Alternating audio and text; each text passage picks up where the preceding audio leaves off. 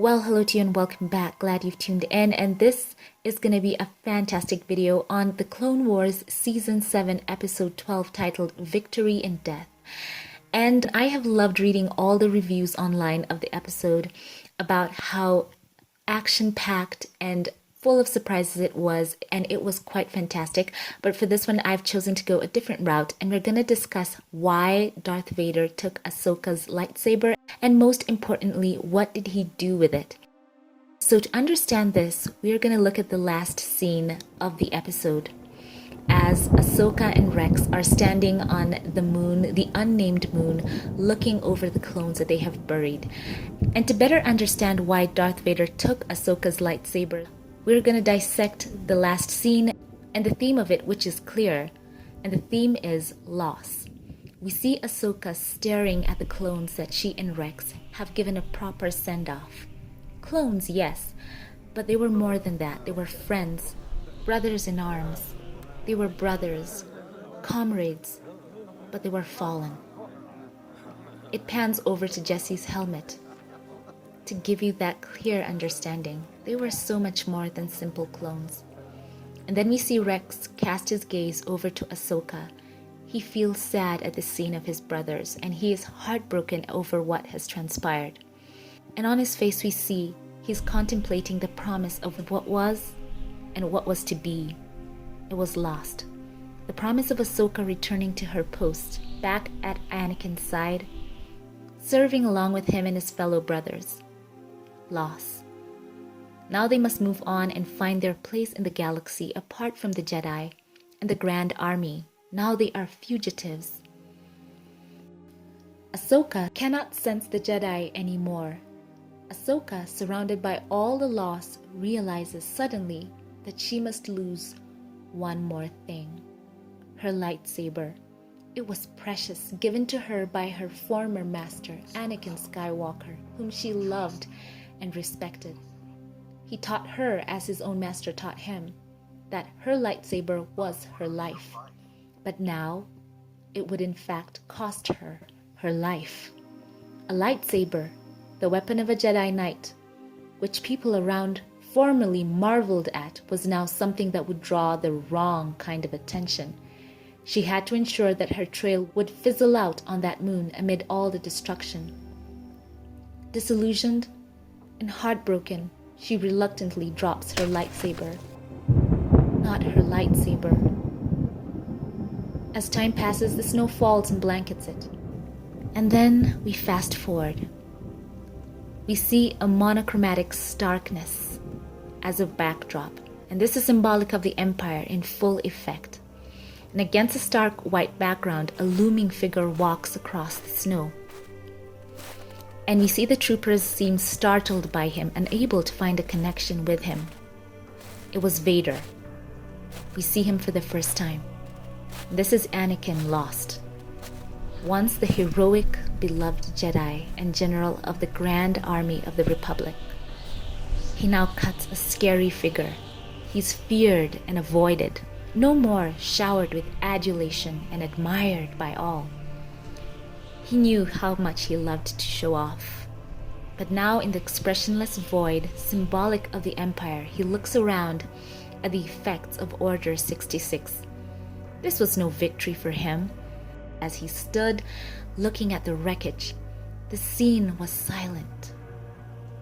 His friends, his brothers in arms are gone. Rex, his most trusted captain and now commander, is gone.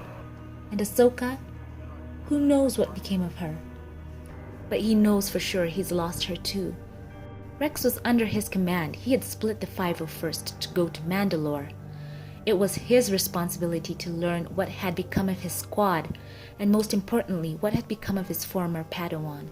He looked over the ruins of the flagship, and he looks wistful. Loss. He stoops over to a spot and clears the snow aside, revealing the lightsaber he gave to Ahsoka. He ignited it. It was still working. The weapon of a Jedi was their life. The words of his former master Obi-Wan must have echoed in his mind as he looked at it. Ahsoka dropped it. And now Vader is standing over the same spot. Vader knows Ahsoka well. She was Anakin's Padawan after all, and Anakin would never allow her to carelessly misplace her lightsaber. This was contrary to all her training.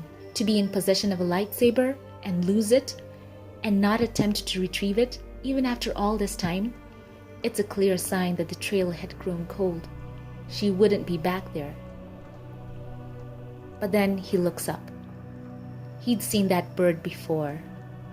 It was connected to Ahsoka. It was a messenger. I wonder what message it was leaving him. Vader knows that Ahsoka won't be back there. He turns and immediately he walks away. So why did Darth Vader take Ahsoka's lightsaber? Now these are 3 theories that I have. And this is the first one. So my first theory is that he wanted to give it over to be destroyed as the other lightsabers of the other fallen Jedi were. We all remember the big ceremony with Masa Meda where he talks about the galaxy being free of the Jedi. They destroyed so many of the lightsabers of all the Jedi that had fallen. So he probably would have destroyed it because it was a reminder of loss and weakness as Anakin. He wasn't big on mementos. The only object he treasured was his newly made lightsaber, as he had now turned to the dark side. My second theory is if he suspected at the time that Ahsoka was alive, and I somewhat think he did, he would still present the lightsaber for destruction, but only as part of a ruse. He would do this in order to try and hide her from the Emperor and try and deceive him. And later on, try to get her to become his apprentice one more time. And if you think this is far-fetched, remember that Anakin wasn't totally loyal to the Emperor right out the gate. If you notice, as Padme followed him to Mustafar, he tried to recruit her and told her that they could overthrow him as the then Chancellor, saying that they would rule together. He did this later on with Luke. And in Rebels, he extended an olive branch to Ahsoka, saying that they need not be adversaries. Who knows where that would have gone? And we know from the comics that Vader has in time and time again acted in his own interests. There was a time that he destroyed the data crystals with a list of Force sensitives so that the Emperor would never replace him. And who knows, perhaps there was a small part of him that thought he might as well save those children. Who knows? And we know for a fact that Vader doesn't like the Emperor much. He knows he can't take him alone, so his best bet would be to try and get someone to team up with him and overthrow the Emperor. And we know that Vader is very ambitious and, as I've said before, self-serving. Now this is my third theory, and this is an outlier. In the off chance that he did in fact keep her lightsaber, I suspect that it would not be out of sentimentality. Why? Because at this time, Vader lashes out at anything that reminded him of what he used to be and all that he lost. So he wouldn't want to keep that around.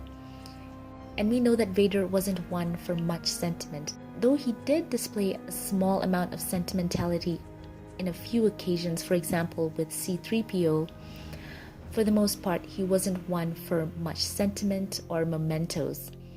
If he did keep it, it would be to serve the second point, which would be to try and get Ahsoka to join him in order to take down the Emperor. He knew he couldn't take him alone. His suit was very susceptible to Force lightning, and his best bet would be preferably to try and get Ahsoka to join him so that they could both have a good chance to take him down. So on the off chance he did keep Ahsoka's lightsaber, it would probably be to use it later on and manipulate her to try and get her to join him to take down the Emperor.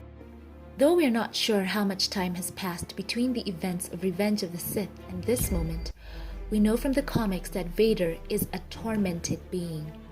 He has had to deal with adapting to being more machine than man. On top of that, the loss of Padme, his own doing, and his unborn child, or so he thought. He has become the thing he wanted to destroy. He is self-loathing, has messed up, and is far from being the man he once was. The Purge, even the younglings in the temple, he has caused so much pain. He has wiped out so many of the Jedi. Kirak Infila, whom he fought to get his Kyber crystal and bleed to turn into his new Crimson Blade. Who knows whether by now he has taken out Jocasta Nu, or fought the Jedi who sought refuge at Mon Cala. But one thing for sure is, he isn't Anakin. Anakin was weak. He destroyed him. This moment as he's standing there seems to be within a year after the rise of the Empire. The Inquisitorius are in full effect in the galaxy, hunting down the hiding Jedi. He seems trapped in his mechanical armor, trapped in the path he's chosen, trapped by his mistakes. If the Empire rose and liberty died with thunderous applause, then Vader's further descent into the dark side and inner turmoil would engulf him in shattering silence. There he's standing, in silence.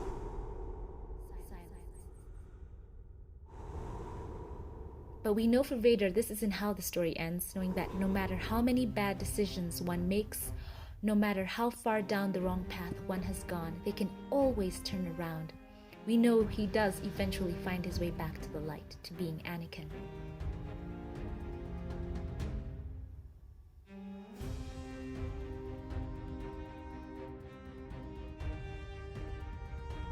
So these are my theories. Let me know yours in the comment section down below.